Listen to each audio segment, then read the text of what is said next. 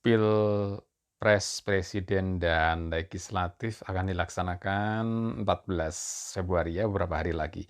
Akankah selesai satu putaran? Karena kalau satu putaran lebih hemat juga ya. Dan kalau memang satu putaran, siapakah pemenangnya?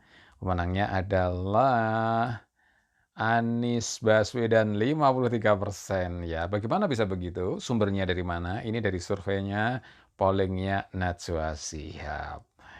Menurut polling Najwa Shihab, Anies Baswedan 53%, Prabowo Subianto 31%, dan Ganjar Pranowo sebanyak 16% ya. Jadi satu putaran saja. Apakah bisa dipercaya?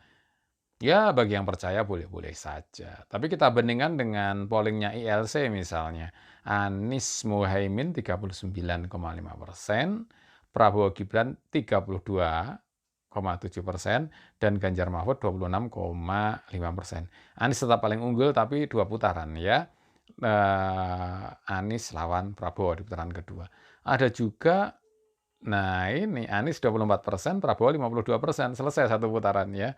Ganjar 20%. Yang ini dari indikator. Nah, kalau indikator ini lebih terpercaya sebagai survei statistik ya, karena memang melakukan survei dengan standar-standar statistik yang ketat. Tapi bagaimanapun kan ini baru survei ya, bukan quick count ya.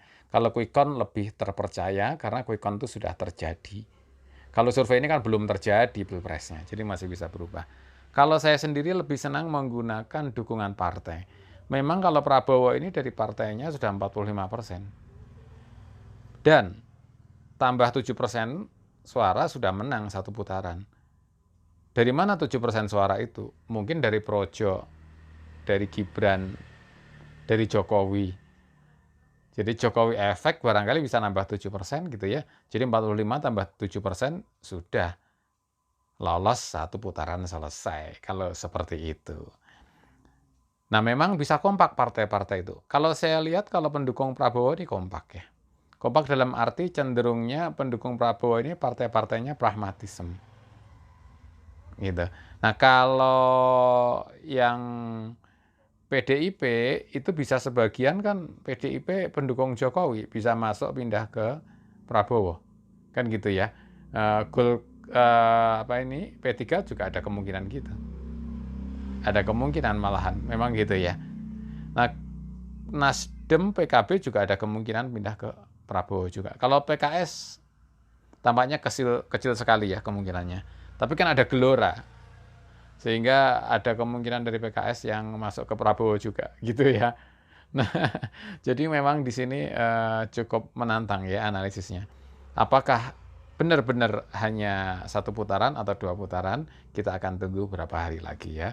Bagaimana menurut Anda? Silahkan like, subscribe, dan share. Silahkan komen, silahkan kita bisa berdiskusi.